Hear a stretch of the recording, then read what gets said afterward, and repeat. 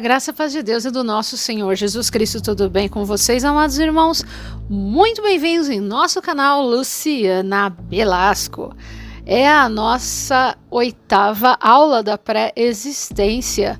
Quem será ou o que será a árvore da vida? Você sabe? Mas antes veja se você já está inscrito aqui no nosso canal. Caso não esteja inscrito em nosso canal, por favor, se inscreva em nosso canal, ative o sininho na opção todos a fim de receber notificações de novos vídeos. Já deixa o seu like, compartilhe esse vídeo, assim como você tem sido abençoado aqui no nosso canal. Outras pessoas poderão ser abençoadas também. Amém? Amados, lembre-se que é importante você assistir às aulas anteriores, porque se você assiste a aula 8ª e não assistiu às 7 aulas anteriores, pode trazer para você uma certa confusão. Ter uma sequência lógica a fim de você entender tudo, tá bom? Vamos lá. Samael é a árvore do conhecimento do bem e do mal, conforme vimos na aula anterior. O salário do pecado é a morte. A árvore do bem e do mal gerava a morte por causa do pecado. Não poderíamos comer do fruto do conhecimento do bem e do mal. Deus nos alertou. Já explicamos que o fruto não era uma fruta. Sabemos que existem os frutos da carne, que é o pecado, e os frutos do espírito, que é a vida. Samael é a árvore do pecado que gerava morte. Jesus é vida. Jesus é a árvore da vida. Jesus gera a vida. João 14,6 fala: Disse-lhe Jesus: Eu sou o caminho, e a verdade, e a vida. Ninguém vem ao Pai, senão por mim. Jesus traz a vida através da luz. Jesus é a luz. João 8,12 fala: Falando novamente ao povo, Jesus disse: Eu sou a luz do mundo. Quem me segue nunca andará em trevas, mas terá a luz da vida. A luz é vida porque te faz enxergar. Enxergar o quê? A palavra. A palavra é a verdade, e o diabo é o pai da mentira. A luz te faz enxergar e ver a verdade. A verdade te leva à vida. O caminho é Jesus. Jesus disse que é o caminho, a verdade e a vida. O caminho é Jesus. A verdade é a palavra. E a vida é a vida eterna que está em Jesus. Para você acessar a árvore da vida, você acessa Deus através do Senhor Jesus Cristo, Yeshua HaMashiach. O pecado existiu no mundo por causa da inveja de Samael, a antiga serpente. O pecado trouxe a morte. Deus não criou o homem para morrer. Veja o que diz o livro da sabedoria, escrito por Salomão, verso 23 e 24.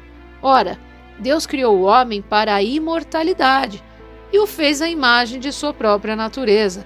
É por inveja do demônio que a morte entrou no mundo, e os que pertencem ao demônio prová-la-ão.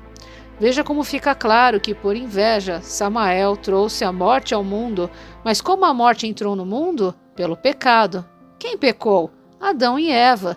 Mas somente eles pecaram? Não, amados. Nós pecamos na sequência, logo após o pecado do casal, Adão e Eva.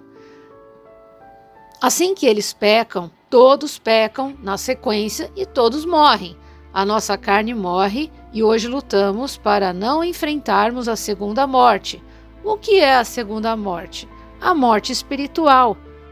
Apocalipse 2,11 diz: Quem tem ouvidos ouça o que o Espírito diz às igrejas. O vencedor de nenhum modo sofrerá dano da segunda morte. Apocalipse 2:7.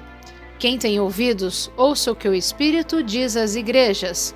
Ao vencedor dar-lhe-ei que se alimente da árvore da vida que se encontra no paraíso de Deus. Veja que interessante que o vencedor vai comer do fruto da árvore da vida que se encontra no paraíso. Esse paraíso é o Éden e a árvore da vida é Jesus, que dá o quê? A vida. Entenda, houve uma condição para existir a morte, o pecado. Adão não pecou sozinho, senão todos os anjos e ele estariam todos aqui na terra, sofrendo aflições, sendo purificados como ouro no fogo. Mas existem os anjos fiéis, que chamamos os anjos quentes. Existe o irmão fiel que reclamou ao pai por matar o boi cevado para o filho pródigo e arrependido. Tem os anjos que lutam a nosso favor, que optaram em lutar na primeira batalha, não foram covardes, e não cederam aos encantos inteligentes e sedutores e às ofertas pecaminosas de Samael, que é a árvore do conhecimento do bem e do mal. Cada um de nós é uma árvore, e toda árvore que o Pai não plantou será arrancada. Conhecemos a árvore pelos seus frutos. Cada um é uma árvore e dá o seu fruto. A árvore má dá frutos maus. A árvore boa dá frutos bons. Mateus 7, verso 17 a 20 diz: Assim toda árvore boa produz bons frutos, e toda árvore má produz frutos maus. Não pode a árvore boa dar maus frutos, nem a árvore má dar frutos bons. Toda árvore que não dá bom fruto, corta-se e lança-se no fogo. Portanto, pelos seus frutos os conhecereis. O pecado e a morte entrou por um só homem, que era para nos resgatar, Adão. Mas Adão não conseguiu, e todos seguimos os seus passos e erramos juntamente com ele. Jesus foi o segundo Adão, pois Adão pecou e Jesus veio substituí-lo. Por isso que Jesus prega no Hades. A salvação vem por Jesus, a luz vem por Jesus, a regeneração vem por Jesus, o primeiro homem veio por Jesus, e tudo isto por conta da atemporalidade. A atemporalidade ocorreu quando Jesus morreu na cruz. Houve um terremoto, o dia virou noite, mortos ressuscitaram. Igual será no dia do arrebatamento. Existe um looping e nada de novo existe debaixo do sol. Tudo já passou na visão divina. Cada um pecou com uma intensidade e variedade diferente, mas todos pecamos e fomos destituídos da glória de Deus.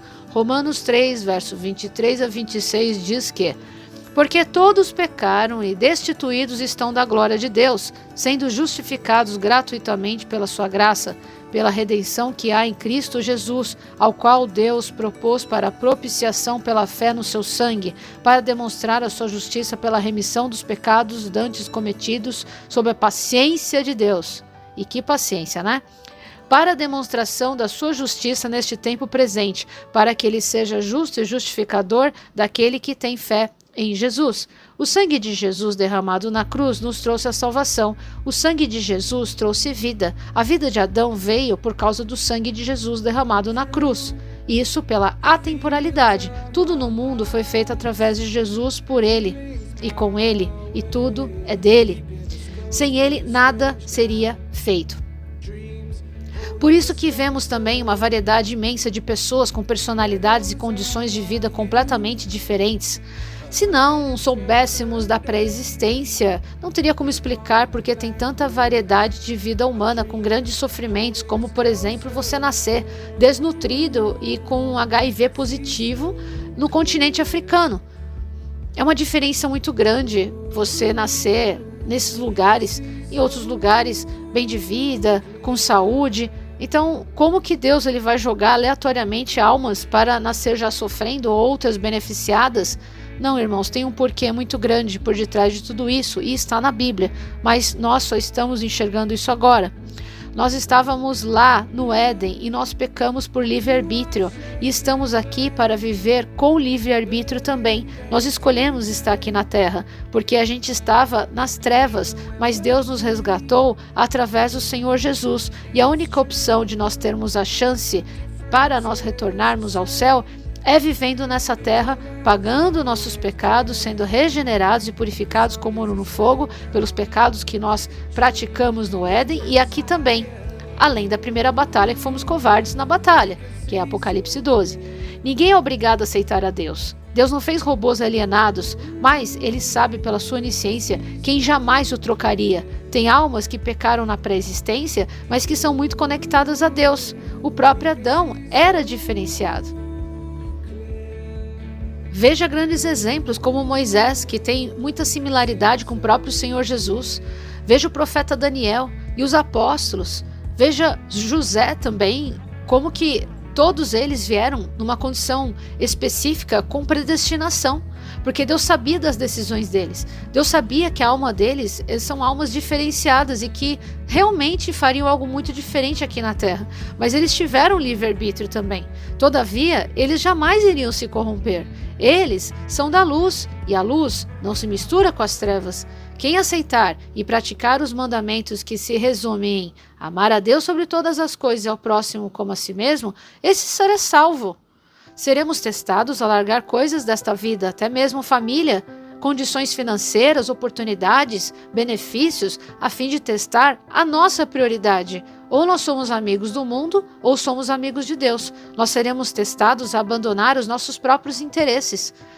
Às vezes você está num casamento e você errou. O casamento não era de Deus, é um jugo desigual. E para separar também requer coragem, porque você sabe que vai mexer no financeiro, vai mexer no psicológico, vai mexer na família. Pois é, e você abre mão para estar dentro da palavra de Deus. Isso também conta. Passei já por situações assim e Deus requereu que eu tomasse uma decisão. Ou eu escolhia o mundo, ou eu escolhia a Deus.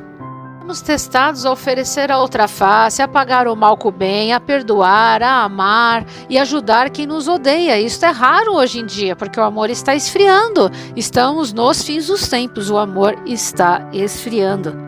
Seremos testados na prova, sentiremos o mesmo abandono que praticamos no céu ao pecarmos, trouxemos tristeza a Deus com o nosso pecado e fazemos isso quando pecamos aqui na terra também. Deus fica triste, sentiremos como se Ele não tivesse conosco. Tínhamos Deus visivelmente para nós e agora o temos sem vê-lo, sem tocá-lo, sem ouvi-lo literalmente, sem o seu abraço. Absolutamente tudo o que fizemos na nossa pré-existência, estamos aqui agora.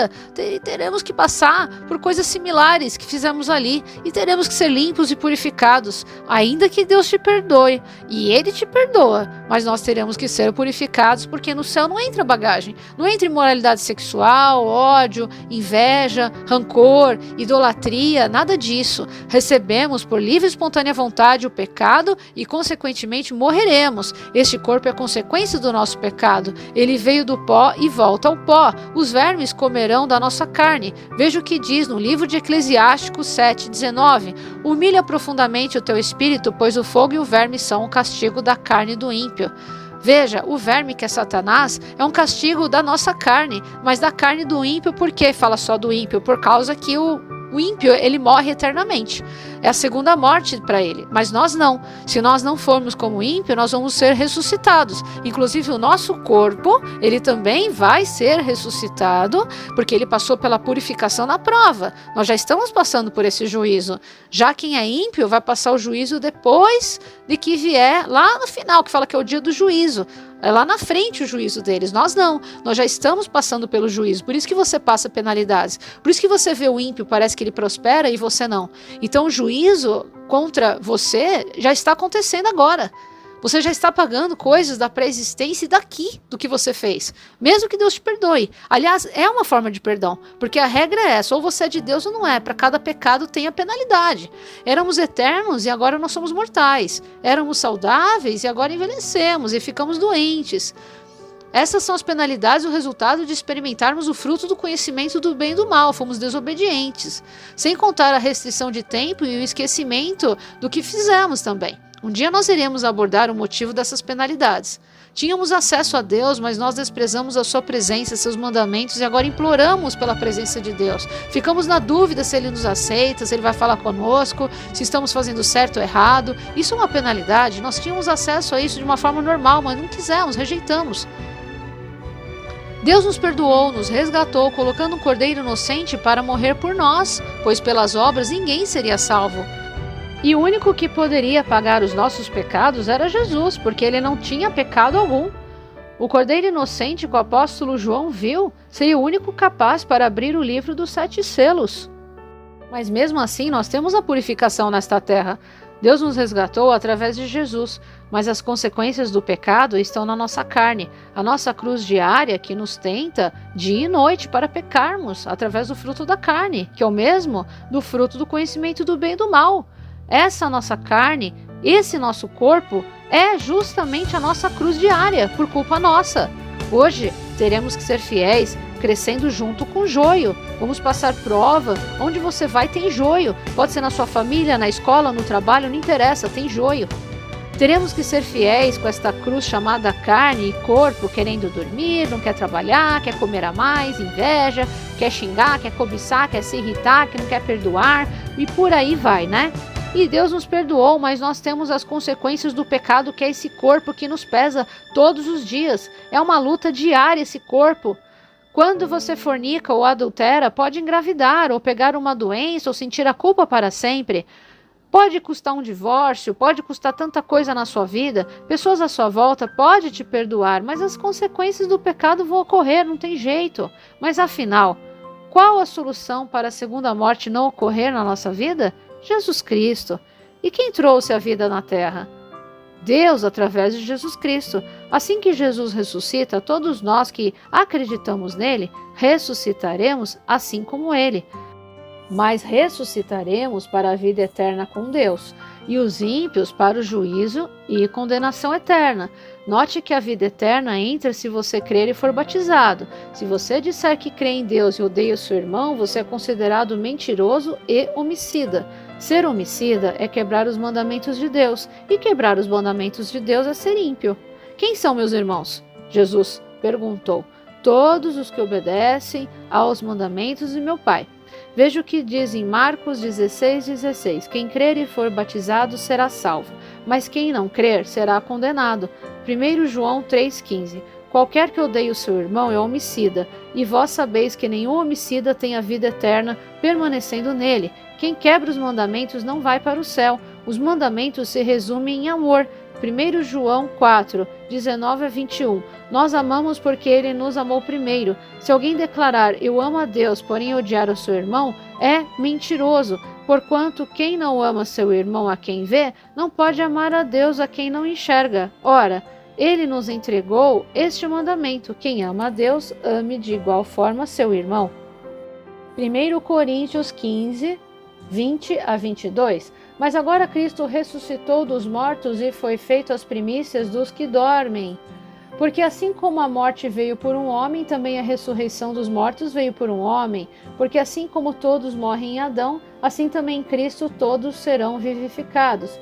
Fica claro que para entrar a vida em nós, temos que ter ações como batizar, tomar a ceia e ter a fé. Mas a fé com obras, pois a fé sem obras é vazia. Não é uma mágica. Adão pecou e todos vão para o inferno. Jesus, ele ressuscita, todos ressuscitam. Calma lá. Tem que ter a fé com obras. Veja o que diz Tiago 2, verso 18-20. Poderão até dizer: tu tens a fé, mas eu tenho as obras. Mostra-me então a tua fé sem as obras, porque eu dou-te a prova da minha fé através das minhas boas obras. Crês que há um só Deus? Estás muito certo, mas lembra-te que os demônios também creem e tremem. Olha só, demônio crê e treme, porque ele vê a Deus, mas não tem boas obras. Continuando, és uma pessoa bem insensata se não conseguires compreender que a fé sem obras não vale de nada. Pois é, né, irmãos? Incrível uma pessoa achar que a pessoa simplesmente ela crê e tudo bem, tá tudo certo, como uma mágica, né? Assim, então, nós concluímos com toda certeza absoluta que não basta nós termos fé, mas a fé com boas obras a fim de termos a salvação. Assim como o pecado e a morte entraram no mundo através do nosso pecado junto com Adão e junto com Eva, a vida eterna, ela também entre nós através da nossa consagração. Ninguém está pagando um pecado de Adão sozinho, simplesmente ele peca e você está pagando um pecado de Adão. Ele come de um fruto e nós também comemos de um fruto. Deus, na sua palavra, fala para você perdoar 70 vezes 7 e fala que o pecado do pai não recai sobre o filho e o pecado do filho não recai sobre o pai. Então nós temos que entender que tudo tem uma consequência e é muito perfeito, é muito justo. Esta salvação nossa que teremos não é por mérito, mas ela é condicionada a uma ação, a uma dedicação, assim como a morte também. Você descumpriu os mandamentos no Éden e vai morrer. Mas você, aceitando os mandamentos nesta terra, você vai viver para a vida eterna. Deus abençoe e até a próxima aula, se Deus quiser.